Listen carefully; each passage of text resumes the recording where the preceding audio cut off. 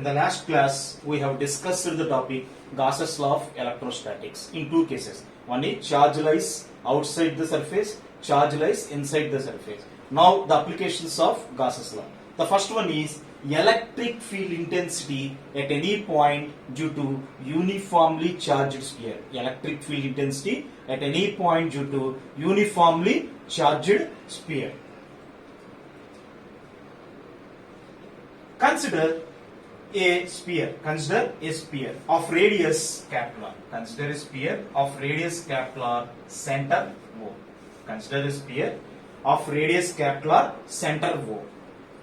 Let the sphere is charged uniformly. Let the sphere is charged uniformly throughout its volume with a charge q coulombs. Let the sphere is charged uniformly throughout its volume with a charge q coulombs. మనం ఏం చేసాం, capital radius ఉన్న ఒక spear ని consider చేసుకున్నాం. ఈ spear మొత్తాన్ని uniform గా చార్జ్ చేసాం. ఎంత చార్జ్? Q coulombs. ఎప్పుడైతే చార్జ్ చేసామో దీనికి ఏమొస్తుంది అనమాట, surface charge density. Let rho be the surface charge density. Let rho be the surface charge density. Surface charge density formula ఏంటి? Surface charge density is equal to charge by volume. Charge by volume. Density అంటే మనకు mass by volume కదా, అలాగే surface charge density అంటే ఏంటన్నమాట, charge by volume. ఎంత charge తో charge చేసాం మనం? క్యూ చార్జ్ అంటే Q by what is the volume of the sphere. Volume of the sphere అంతా 4/3 πr. 4/3 πr అంటే దీన్ని బట్టి surface charge density sigma rho is equal to ఎంత అన్నమాట, క్యూ బై 4/3 πr. ఇది మనకు ఏం తీసుకున్నాం, consider a sphere of radius capital center O which is charged uniformly throughout its volume with a charge q coulombs. Let rho be the surface charge density. Rho is equal to charge by volume which is equal to q by 4/3 πr3. ఇప్పుడు మనం దీన్ని 3 cases లో study చేయాలి. 3 cases లో. Case 1, first case 1 ఏమనుకుందాం,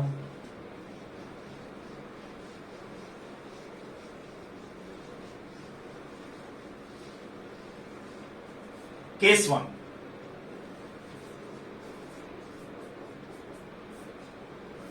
మనం తీసుకున్న point out side the surface. Point lies out side. Point lies out side the surface. Consider a point P. Consider a point P which is at a distance. Consider a point P which is at a distance smaller from O. Consider a point P which is at a distance smaller from O. P అనే ఒక point తీసుకున్నాం. ఆ centre O దగ్గర నుంచి ఎంత దూరం ఉందనుకున్నాం, smaller distance లో ఉందనుకున్నాం. Consider a point P which is at a distance smaller from O. To calculate the electric field intensity at P. To calculate the electric field intensity at P, construct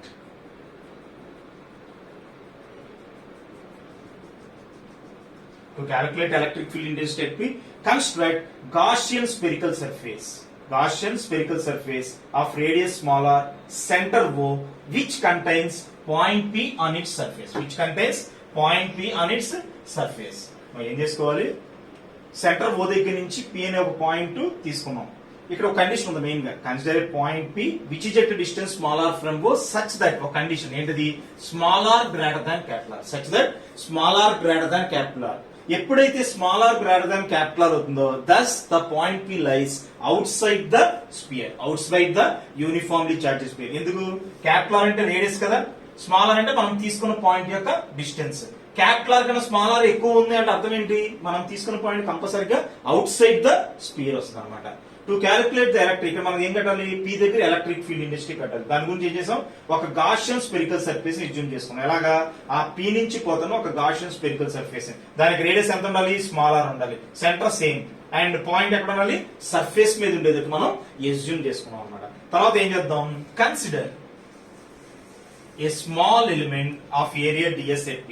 P దగ్గర ఏం చేద్దాం, ds అనే area ఉన్న small element తీసుకున్నాం. ds అనే element area ఉన్న small element అంటే ds bar ఎలా ఉంటుంది, thus ds bar will be outward drawn normal to the considered element. మనం తీసుకున్న ఎలిమెంట్ ds బార్ ఎలా ఉంటుంది, నార్మల్ గా ఉంటుంది. thus ds bar will be outward drawn normal to the considered element.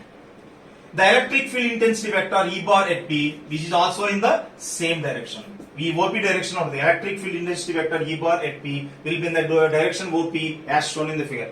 For this element, both E bar and DS bar are in the same direction. నువ్వు తీసుకున్న element కి వచ్చేసరికి E bar DS bar రెండు కూడా ఎలా ఉన్నాయి అన్నమాట, ఒకే direction లో ఉన్నాయి. ఏం తీసుకున్నాం మనం ఫస్ట్ మనకి, consider a point P which is at a distance smaller from O. P అనే పాయింట్ తీసుకున్నాం, ఎంత డిస్టెన్స్ లో ఉందనుకో, smaller, such that smaller greater than capital R, such that smaller greater than capital R.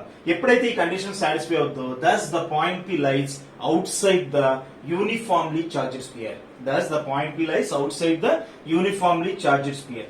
To calculate electric field intensity at P. P దగ్గర మనం ఏం కట్టాలి, electric field intensity. దాని గురించి ఏం చేద్దాం, కన్స్ట్రక్ట్ గాషియన్ స్పెరికల్ సర్ఫేస్. ఒక గాషియన్ స్పెరికల్ సర్ఫేస్ ని ఇచ్చి చేసుకున్నాం. దాని రేడియస్ ఎంత, smaller, centre O, which contains point P on its surface. Consider a small element of area ds at P. ds అనే ఏరియా ఉన్న స్మాల్ ఎలిమెంట్ తీసుకున్నాం. ds అనే ఏరియా ఉన్న స్మాల్ ఎలిమెంట్ తీసుకున్నాం. Thus ds bar will be outward drawn normal to the considered element. Thus ds bar will be outward drawn normal to the considered element. For this element, ఇక్కడికి వచ్చేసరికి మనం తీసుకున్న element కి వచ్చేసరికి electric field intensity కూడా same direction ఉంటుంది. ఎందుకంటే ఇక్కడంతా యూనిఫామ్ లో చార్జ్ చేశారు కాబట్టి ఫీల్డ్ ఎటు ఉంటుంది, అవుట్ సైడ్ ది సర్ఫేస్ ఉంటుంది కాబట్టి for this element both E bar and DS bar are in the same direction. ఇప్పుడు మనం ఏం కట్టాలి, ఈ P దగ్గర నుంచి ఎలక్ట్రిక్ ఫ్లక్స్ ఎంత ఉందో మనం ఫైండ్ అవుట్ చేయాలి.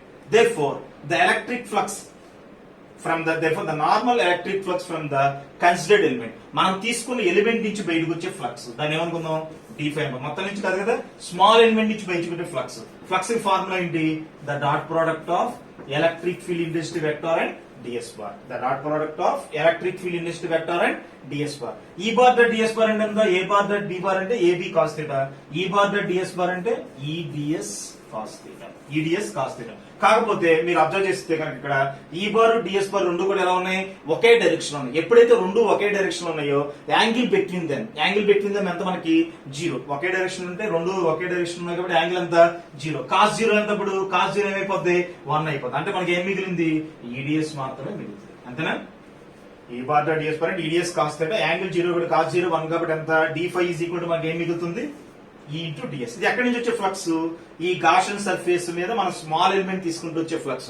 కానీ మనకు అది కాదు, మొత్తం ఎంటైర్ సర్ఫేస్ నుంచి బయటకు వచ్చే flux. Therefore the total normal electric flux emanating from entire Gaussian spherical surface, the total normal electric flux emanating from entire Gaussian spherical surface ఎంతది, phi is equal to surface integral of ఎంత మనకి d5. Phi is equal to surface integral of d5 which is equal to surface integral of d5 అంటే ఎంత మనకి EDS. d5 అంటే ఎంత, EDS.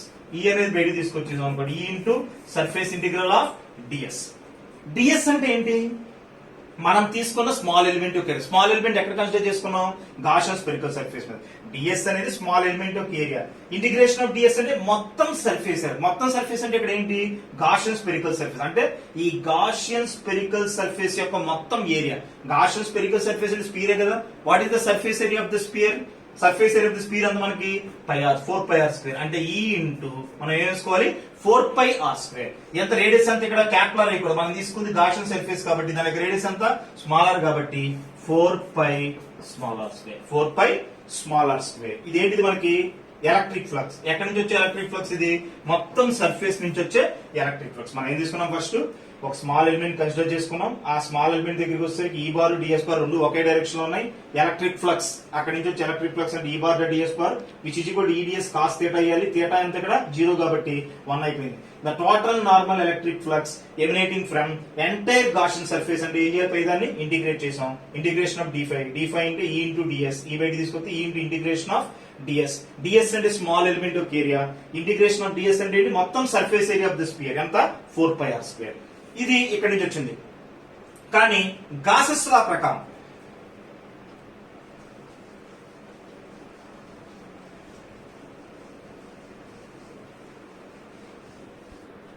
But from Gauss's law ప్రకారం formula ఏంటి, phi is equal to 1/epsilon into Q. ఎందుకంటే లోపల గాసెస్ లా అంటే ఏంటి, the total normal electric flux emanating from a closed surface is equal to 1/epsilon times the total charge enclosed by the surface. అంటే phi is equal to 1/epsilon into Q. ఎందుకు లోపల charge Q ఉంది కదా, Q. దీని equation 2 అనుకోండి. From equations 1 and 2 1 కూడా మనం ఫ్లక్సే కట్టింది, 2 కూడా ఫ్లక్సే. From equations 1 and 2 E into 4 pi r square is equal to మనకి E into 4 pi r square is equal to ఎంత 1 by epsilon naught into Q. 1 by epsilon naught into Q. రెండు మనం దీని నుంచి ఏం కట్టాలి, మనం కట్టాల్సింది ఫైండ్ అవుట్ చేసింది మనం ఎలక్ట్రిక్ ఫీల్డ్ ఇంటెన్సిటీ కాబట్టి therefore E is equal to 1 by 4 pi epsilon. 4 pi కింద తీసుకొచ్చాం, r square కింద తీసుకోండి, which is equal to Q by r square. E is equal to ఎంత 1 by 4 pi epsilon to Q by r square. దీని ఏమనుకుందాం equation 3. Equation 3 represents electric field intensity at any point outside the uniformly charged sphere. Equation 3 represents electric field intensity at any point outside the uniformly charged sphere. మనం తీసుకున్న point outside the surface తీసుకున్నాం అనుకోండి, అక్కడ electric field intensity is equal ఎంత ఉంటుంది 1 by 4 pi epsilon into Q by r square. Okay, మనకి case 1 ఇప్పుడు ఏం ఫైండ్ అవుట్ చేసాం, point lies outside the uniformly charges sphere ఎంత వచ్చింది is equal 1 by 4 pi epsilon Q by r square. ఇప్పుడు మనం ఏం చేయాలి, కేస్ 2 లో point lies on the surface.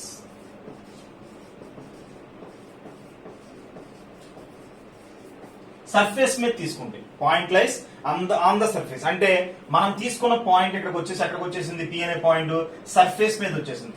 ఎప్పుడైతే మనం తీసుకున్న పాయింట్ సర్ఫేస్ మీదకి వచ్చేసిందో మనం తీసుకున్న పాయింట్ స్మాల్ ఆర్ ఈజ్ కూడా ఏమైపోద్ది క్యాపిలర్ అయిపోద్ది. మన స్మాల్ ఆర్ ఈజ్ కూడా ఏమవుద్ది క్యాపిలర్. అంటే consider a point P on the surface of the uniformly charged sphere. Consider a point P on the surface of the uniformly charged sphere. మన P అనే point ఎక్కడ తీసుకుందాం, on the surface of the uniformly charged sphere తీసుకుందాం. To calculate the electric field intensity at P, to calculate the electric field intensity at P, substitute small r is equal to capital R in the equation 3. Substitute small r is equal to capital R in equation 3. Equation 3 లో మనం ఏం చేయాలి, just small r is equal to capital R substitute చేసాం అనుకో, E is equal to ఎంత వస్తుంది మనకి 1 by 4 pi epsilon naught into Q by small r is capital R కదా, capital R square.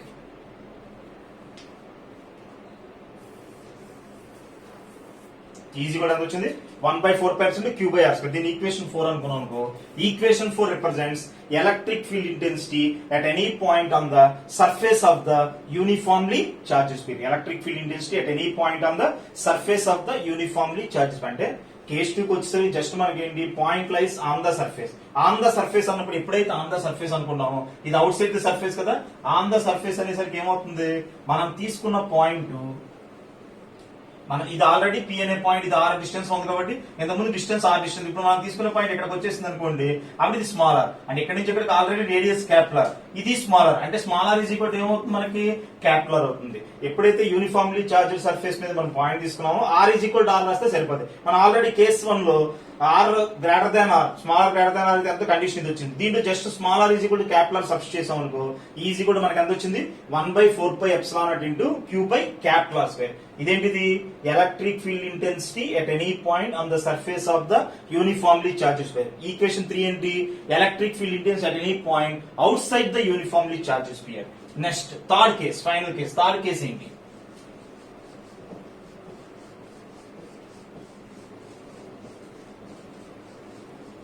ఇప్పుడు మనం థర్డ్ కేసు చూద్దాం.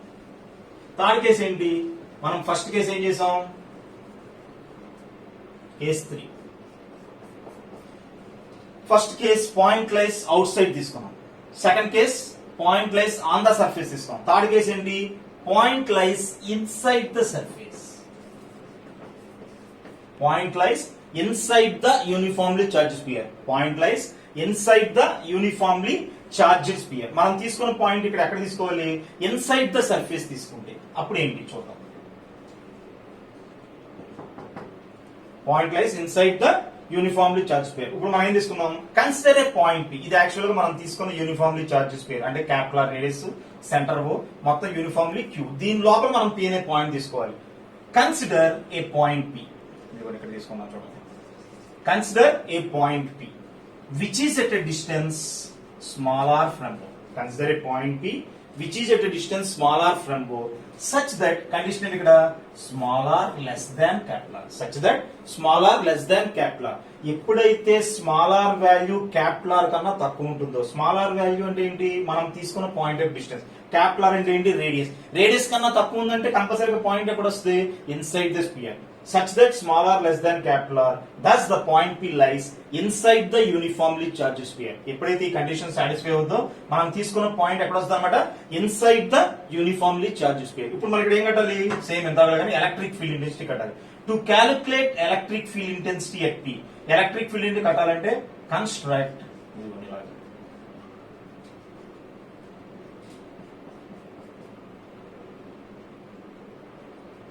ఇది మనం తీసుకున్న పాయింట్ క్యాపిటల్ ఆర్ రేడియస్, ఎక్కడి నుంచి ఎక్కడికంతా P అనే పాయింట్ ఆర్ డిస్టెన్స్ అంటే ఇది మనం ఏం చేసాం ఇక్కడ ఈ స్మాల్ సర్కిల్ ఇలా ఊహించుకున్నాం, స్పియర్ ఊహించుకున్నాం. To calculate the electric field intensity at P, construct ఇది డాటెడ్ లైన్స్ తో Gaussian spherical surface of radius small r, center O, which contains point P on its surface. ఇప్పుడు సర్ఫేస్ ఇన్సైడ్ ద సర్ఫేస్ లో ఉంది point P.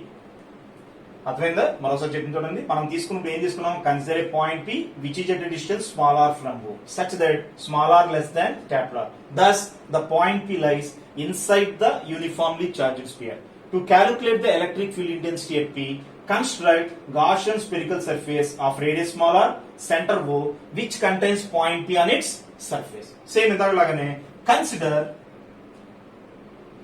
ఇక్కడ small element, consider a small element of area ds at P. P దగ్గర ఏం చేసాం, ds అనే area ఉన్న small element తీసుకున్నాం. వెంటనే ds బార్ ఎలా ఉంటుంది, నార్మల్ గా outward normal. Thus ds bar will be outward drawn normal to the consider. For this element same uniformly charge కాబట్టి outside the surface lines of one side కాబట్టి electric field ఆ direction లో ఉంటుంది కాబట్టి electric field ఏ direction ఉంటుంది, electric field intensity కూడా అదే డైరెక్షన్ ఉంటుంది, అంటే E bar. For this element both E bar and DS bar are in the same direction. మనం తీసుకున్న ఎలిమెంట్ దగ్గరికి వచ్చేసరికి ఈ బార్ డిఎస్ బార్ రెండు కూడా ఒకే డైరెక్షన్ లో ఉంది. ఇప్పుడు మనం ఏం ఫైండ్ అవుట్ చేయాలి, ఎలక్ట్రిక్ ఫ్లక్స్ కట్టాలి. ఎక్కడి నుంచి మనం తీసుకున్న స్మాల్ ఎలిమెంట్ నుంచి.